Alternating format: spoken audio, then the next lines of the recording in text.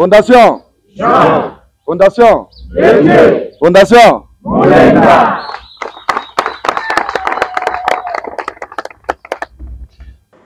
Tout le monde exerce d'une manière ou d'une autre le leadership.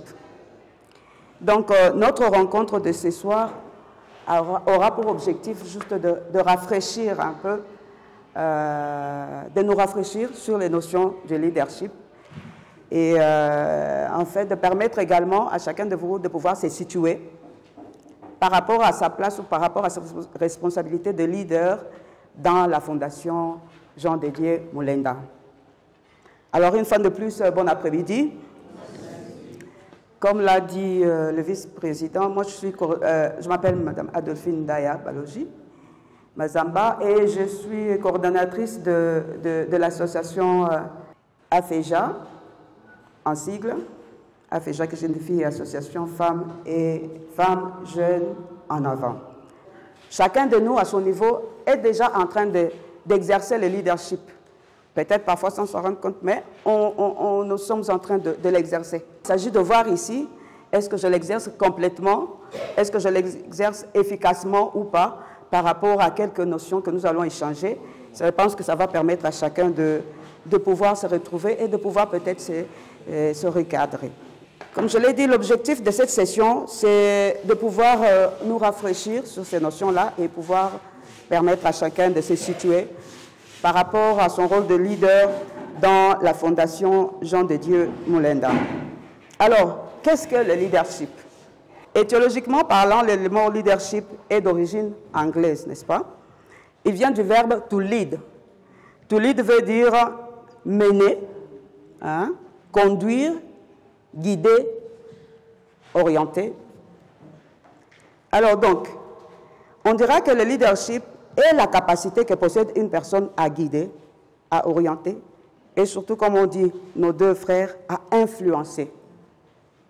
Influencer en vue d'atteindre un ou des objectifs. N'est-ce pas? Vous avez un objectif, vous avez une vision à transmettre, mais c'est cette compétition, cette capacité que vous avez de pouvoir amener les autres à vous suivre, amener les autres à adhérer à cette vision-là, amener les autres à y croire, sans que vous ayez besoin de faire quoi que ce soit pour les amener à croire, mais juste parce que vous avez cette capacité de convaincre, d'influencer les autres à pouvoir vous suivre dans votre vision afin d'atteindre un objectif. Parce qu'on ne va pas influencer pour rien. Il doit y avoir un objectif qu'on s'est fixé, qu'on veut atteindre, un ou plusieurs objectifs, et pour cela, on influence les autres à adhérer à cette vision pour pouvoir atteindre ces objectifs-là. Un leader, c'est donc cette personne qui a la capacité de guider, d'orienter, d'influencer un groupe de personnes. Parce que vous n'êtes pas leader juste pour vous-même, vous êtes leader d'un groupe de personnes, n'est-ce pas? Vous leadez des personnes, donc vous menez, vous guidez, vous orientez, vous influencez des personnes. Alors un leader, c'est cette personne qui a la capacité de guider, d'orienter, d'influencer un groupe de personnes et de les amener à le suivre en vue d'atteindre un objectif donné, comme nous l'avons dit tout à l'heure. Par exemple, nous pouvons dire un enseignant. Il influence qui? Très bien. Il influence les élèves. Une mère, elle influence qui? Elle influence les enfants. Un père influence la famille.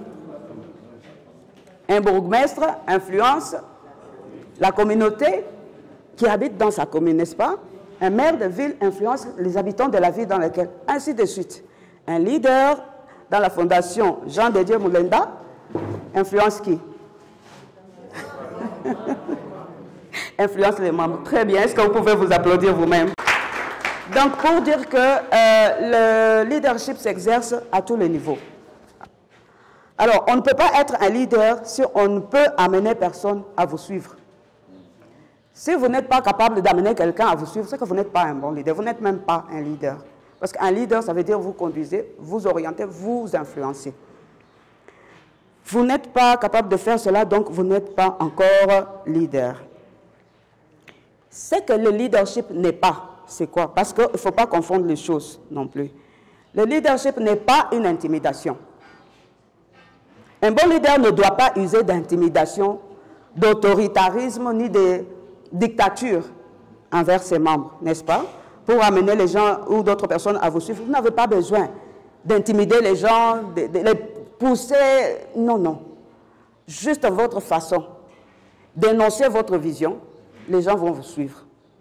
Juste par votre façon de vous comporter par rapport à votre vision, parce que si vous avez une vision, vous avez un objectif, vous êtes sérieux par rapport à ça, vous démontrez certaines compétences, les gens vont vous suivre. Mais pas besoin d'intimidation, pas besoin de dictature non plus. Elles doivent le faire, donc les personnes qui vous suivent, elles doivent pouvoir le faire librement, sans être dictées. Le leadership n'est pas non plus une manipulation. Pourquoi? Un bon leader ne doit pas user de manipulation, par exemple, par abus de pouvoir. Parce que j'ai le pouvoir, je te dis de me suivre dans cette vision, tu es obligé de me suivre. Non, cette personne va peut-être vous suivre par abus parce qu'elle ne sait, elle ne sait pas vous résister, mais ce sera une personne frustrée. Elle ne va pas faire ce que vous faites là bien. Pourquoi? Parce qu'elle n'a pas adhéré de sa propre volonté, par son libre arbitre. Non, non. Vous l'avez forcé à vous suivre. Cette personne sera donc frustrée. Par contre, un bon leader, il doit convaincre. Ne cherchez pas non plus à manipuler pour des intérêts pécuniaires, en attirant quelqu'un parce que je veux te donner l'argent, viens et fais ceci. Ça ne marchera pas. Ça, ce n'est pas un bon leader. Voilà. Donc, déjà, ces deux choses. Le leader n'est pas beaucoup de choses à ne pas confondre. Mais déjà, retenons que le leadership, ce n'est pas une intimidation, ce n'est pas non plus une manipulation. On doit pouvoir faire adhérer les personnes de manière volontaire. Alors, nous allons voir rapidement quelques caractéristiques d'un bon leader. La liste n'est pas exhaustive, mais nous allons quand même pouvoir voir ensemble les points les plus, quelques caractéristiques les plus importantes et les plus fondamentales. Alors, la première caractéristique, c'est le savoir. Un leader doit avoir le savoir. Savoir quoi? Un bon leader doit avoir la connaissance de son organisation. Je suis membre de la Fondation Jean de Dieu Moulenda. Je dois bien connaître mon organisation. Je dois connaître quels sont les objectifs que cette fondation poursuit. Où elle s'est fixée pour atteindre. Je dois connaître quelle est la mission que s'est fixée la fondation pour pouvoir atteindre ces objectifs-là. Un bon leader doit savoir également comment fonctionne cette organisation. Nous sommes une fondation, c'est vrai, mais nous ne fonctionnons pas de la même manière que toutes les autres organisations. Nous avons notre administration, nous avons voilà, notre administration, notre organisation, nous avons nos procédures. Un bon leader doit connaître ces choses-là. S'il n'a pas ces savoirs, qu'est-ce qu'il va transférer aux autres? S'il ne connaît pas la mission de la fondation, mais qu'est-ce qu'il va communiquer à ses membres? Vous êtes membre pour quelle fondation? Pour une fondation qui poursuit quel but? Quel objectif? Donc, si un leader n'est pas capable de connaître ces choses-là, il sera incapable de les transmettre également aux autres. Donc, un bon leader, c'est celui qui doit avoir les savoirs. Il doit connaître son rôle et savoir ce que l'organisation attend de lui. C'est important. Vous êtes dans l'organisation, quel est votre rôle? J'ai entendu parler, il y a des coordonnateurs, il y a des secrétaires, dans la fondation, il y a aussi des chefs de base, il y a différents niveaux de responsabilité. Quel est votre rôle par rapport aux responsabilités qu'ils vous ont confiées dans cette organisation? Ça, c'est très important. Il doit donc connaître le rôle également de membre de son équipe. Vous dirigez une équipe, c'est important que vous connaissez votre rôle, mais vous connaissez également le rôle que jouent les membres de votre équipe. Parce que vous leur avez donné, par exemple, des responsabilités. Vous savez ce que vous vous attendez, de même que vous savez ce que l'organisation attend de vous. Vous aussi, vous devez savoir ce que vous attendez des membres de votre équipe. Parce qu'au moment où ils ont des difficultés, vous devez être à mesure de les appuyer, de les assister, de les orienter, n'est-ce pas, afin qu'ils puissent rentrer et marcher dans la vision de la fondation. Le caractéristique, c'est le savoir-faire. Le savoir-faire.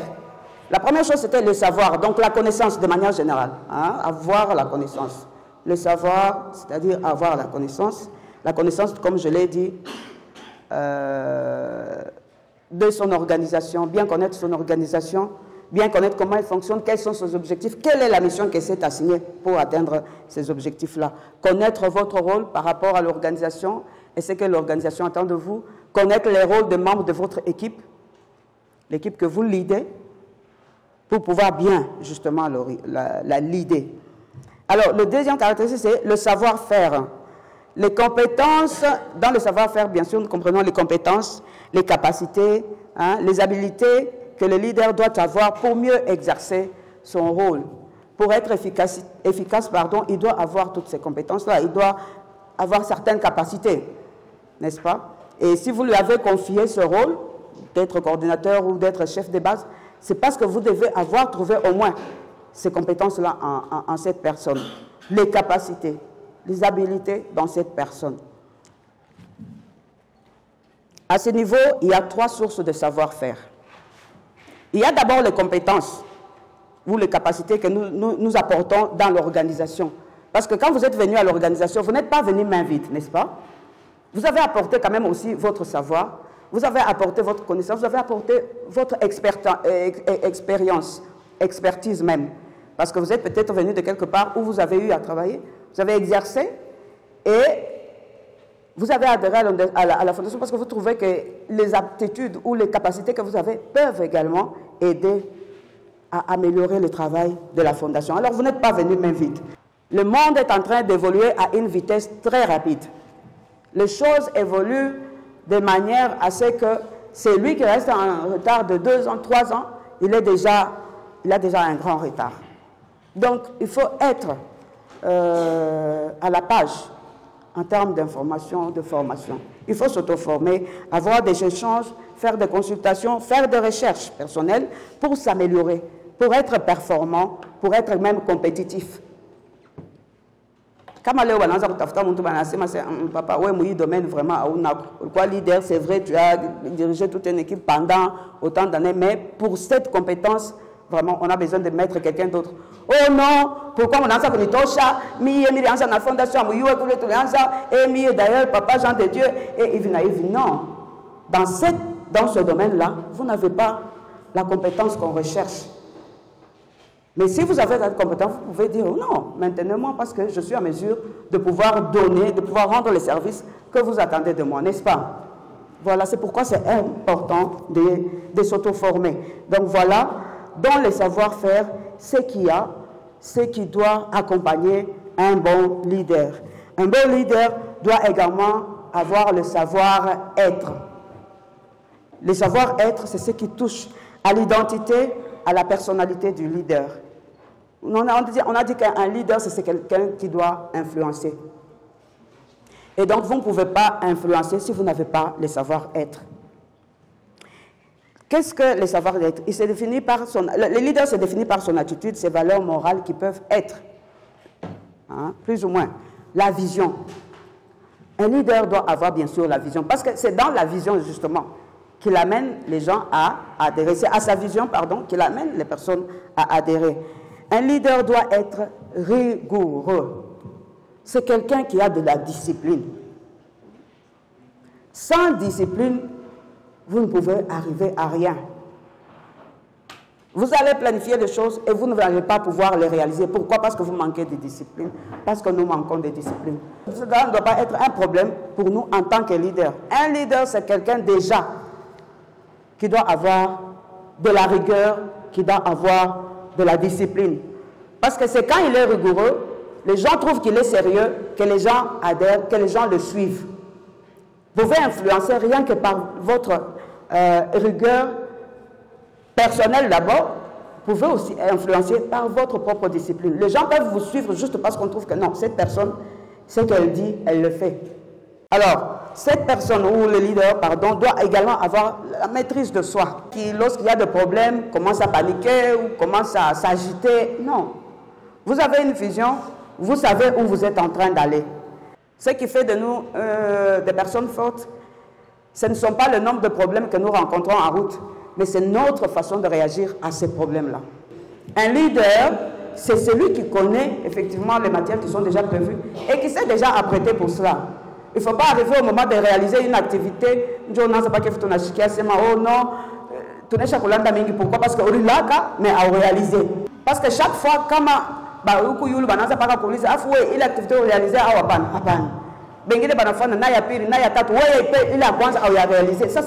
la quatrième des caractéristiques, c'est la communication. Mon frère là a dit, il faut influencer. Comme je l'ai dit, vous allez influencer par quoi? Il faut pouvoir communiquer avec les personnes que vous voulez influencer. C'est l'un des moyens que devra utiliser pour influencer son équipe. Un leader efficace doit être capable de communiquer clairement et de manière persuasive, c'est-à-dire de manière à convaincre. Parce que nous avons va convaincre. On refléter, on est chimie, pas les gens tout à coup. Quand on a sérieux, nous allons perdre notre temps. Alors, qu'est-ce qu'il communique à son équipe? Il communique le savoir, comme nous l'avons dit, parce qu'il doit le mieux avoir le savoir, donc il doit pouvoir le communiquer. Il doit communiquer la mission, il doit communiquer la vision, il doit communiquer les objectifs, parce qu'il les maîtrise bien, il les communique aux membres de son équipe. Il doit s'assurer que son équipe connaît bien l'organisation autant que lui-même. C'est quelqu'un donc qui doit pouvoir être capable de transférer ses connaissances et même transférer aussi ses compétences avec le temps. Il doit pouvoir communiquer le rôle que doit jouer chaque membre au sein de l'organisation. Dans une organisation, c'est bien de déterminer les cahiers des charges, en fait. Ça, c'est une recommandation. Il faut que chacun qui adhère, il joue tel rôle. Il sait bien que dans mon rôle ici, mon travail commence par ici et se termine par ici. Parce que si je dépasse cette limite, déjà, ma compétence est à Moutou Mwingine. Alors, là où il n'y a pas de cahier des charges, là où il n'y a pas de communication, chacun ne connaît pas son rôle, à un certain moment, Batapika Nabichou. Et il y aura des éclats, ça ne va pas aboutir à de bonnes choses, à de bons résultats. Donc, c'est important qu'un leader communique le rôle de chaque membre et détermine où commencent ses responsabilités, où cela s'arrête. Il doit communiquer le rôle de chaque membre, comme je l'ai dit, et il doit transmettre les informations liées aux activités de l'organisation à son équipe. Et vice-versa. Donc, on a communiqué, on a activité. Vous devez également rapporter ces activités-là et remonter vers le haut, n'est-ce pas? Parce que c'est une organisation, elle communique et de haut en bas et horizontalement.